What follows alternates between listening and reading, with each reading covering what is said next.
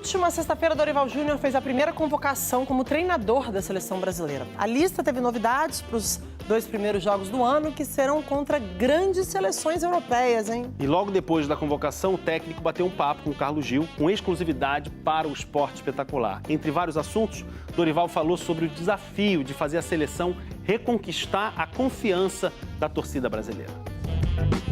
Não é mais um dia no escritório. É curtir o novo ambiente de trabalho. Se ajeitar na cadeira, arrumar a mesa, fazer as primeiras reuniões com a equipe e planejar o futuro. Mesmo sabendo que o presente é o que mais importa para quem assume o cargo de técnico da seleção brasileira. Nós precisamos de resultados para ontem e não para amanhã. Então, eu acho que é um costume que já está enraizado em todos nós. 2023 foi um ano incomum para a seleção pentacampeã mundial. Preocupantes 37% de aproveitamento. Apenas 3 vitórias, 1 empate e 5 derrotas. Argentina! E a incômoda 6ª colocação nas eliminatórias para a Copa do Mundo de 2026. Este é o cenário que Dorival Júnior enfrentará a partir de agora. Na última sexta-feira, durante a primeira convocação, ele já se deparou com uma pequena amostra do que é estar no centro das atenções no país do futebol. Boa tarde a todos. É um prazer e uma satisfação imensa poder estar aqui. A primeira lista divulgada por Dorival Júnior tem, entre os 26 nomes, 10 jogadores que foram atletas dele em algum momento em clubes diferentes. São eles os goleiros Bento e Rafael, os laterais Danilo e Ayrton Lucas, o zagueiro Beraldo, os meio-campistas Andréas Pereira, João Gomes, Lucas Paquetá e Pablo Maia, e o meio-atacante Rodrigo, quando ainda estava chegando aos profissionais do Santos. Os demais convocados foram o goleiro Ederson, os laterais Ian Couto e Wendel, os zagueiros Gabriel Magalhães, Marquinhos e Murilo, André, Bruno Guimarães, Casemiro e Douglas Luiz para o meio-campo, e no ataque, Endrick, Gabriel Martinelli, Rafinha, Richarlison, Savinho e Vinícius Júnior. Depois de pouco mais de 45 minutos de entrevista coletiva, o segundo tempo do bate-papo foi exclusivo com o Esporte Espetacular. 61 anos de idade, mais de 2 décadas como jogador, 22 anos como treinador e ainda assim, Dorival Júnior, uma semana diferente de tudo aquilo que você já tinha vivido. Na vida pessoal e no profissional, né? Realmente, a gente continua aprendendo sempre. Não tem como ser diferente. É um momento, naturalmente, assim, que foge um pouco a um contexto, né, natural de um treinador no dia a dia de um clube. Eu tentei me preparar o máximo possível para estar vivendo e passando por um momento como esse. Dorival chegou credenciado pelo título inédito do São Paulo na Copa do Brasil do ano passado, pelas conquistas da mesma Copa do Brasil e Libertadores com o Flamengo em 2022. Ao longo dos anos, alternou trabalhos consistentes e vitoriosos, como no Santos de Robinho, Neymar e Ganso em 2010, com momentos de crise em grandes clubes, como Vasco, Atlético Mineiro e o Palmeiras. Depois de 1 ano e meio afastado do futebol para tratar um câncer, Dorival retornaria aos gramados no comando do Ceará em 2022. Quando o médico me falou que eu estaria apto a trabalhar, eu me voltei e falei, o primeiro clube que fizer contato, podem ter certeza que vai acontecer. E foi impressionante tudo que se passou no Ceará em 75 dias. Me fez com que eu estivesse dentro do Flamengo algum tempo depois. E interessante que foi a primeira vez que eu ouvi meu coração. Eu nunca havia pedido a rescisão de um contrato e aquele dia eu coloquei ao presidente do Ceará que eu tinha necessidade de sair, que algo me dizia que era para mim sair.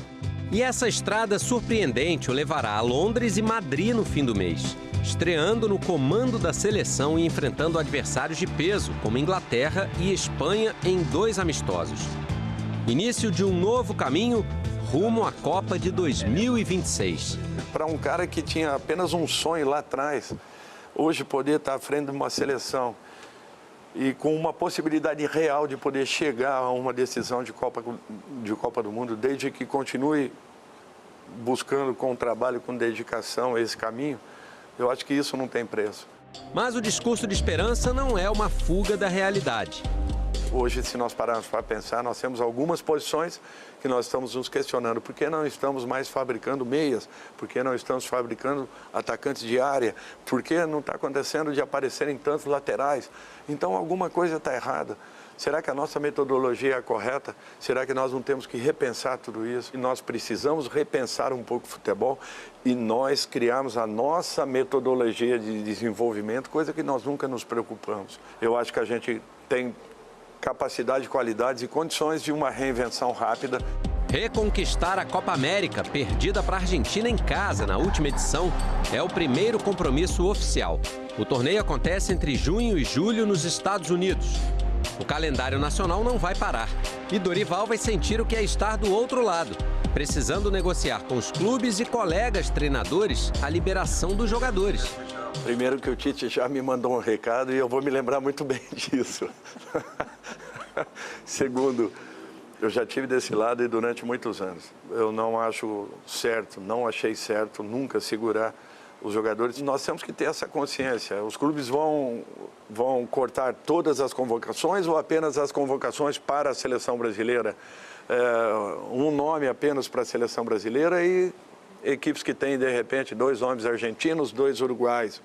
Como nós faremos?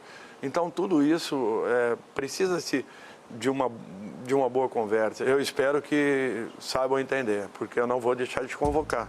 Entre os convocáveis, um não apareceu nessa primeira relação. Neymar ainda se recupera de uma grave lesão no joelho esquerdo.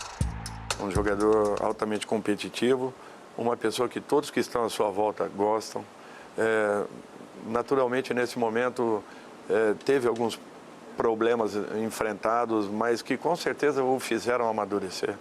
O Neymar não precisa provar nada a ninguém, ele não precisa passar por nenhum tipo de provação. É um cara que pode fazer a diferença se estiver totalmente integrado, se estiver totalmente preparado, se realmente estiver disposto e abrindo mão de algumas coisas extras para que ele possa ter uma doação na sua totalidade com a nossa seleção. Muito trabalho pela frente, reuniões, conversas, planejamento, serão muitos dias no escritório, contando as horas para estar onde sempre se sentiu mais à vontade, à beira do campo. Ao longo da carreira, Dorival Júnior ouviu algumas vezes que era um técnico que fazia o feijão com arroz. Em alguns momentos, elogio, em outros, uma crítica a uma suposta falta de ousadia. Quando chegava, ou eu montava os elencos, ou eu conhecia um elenco pela metade. E eu tinha essa obrigação de tentar corrigir rapidamente, de tentar melhorar, de tentar naturalmente ter uma leitura rápida do que vinha acontecendo, para que eu pudesse fazer com que a equipe começasse a alcançar resultados. Então, para mim, isso é muito mais do que um feijão com arroz. As pessoas não têm ideia do que é. Se isso é feijão com arroz, então eu fico muito feliz, porque é um feijão com arroz com tempero de cada estado, porque esses trabalhos foram feitos em vários estados, com várias equipes, e graças a Deus, acredito que em todas elas aí, ou na grande maioria, com resultados importantíssimos e expressivos. Esse é o chefe Dorival, preparando a receita para que o mundo volte a desfrutar do melhor que o futebol brasileiro tem para oferecer. E faça um bom trabalho. A gente tem aqui em cima as próximas datas de jogos do Brasil.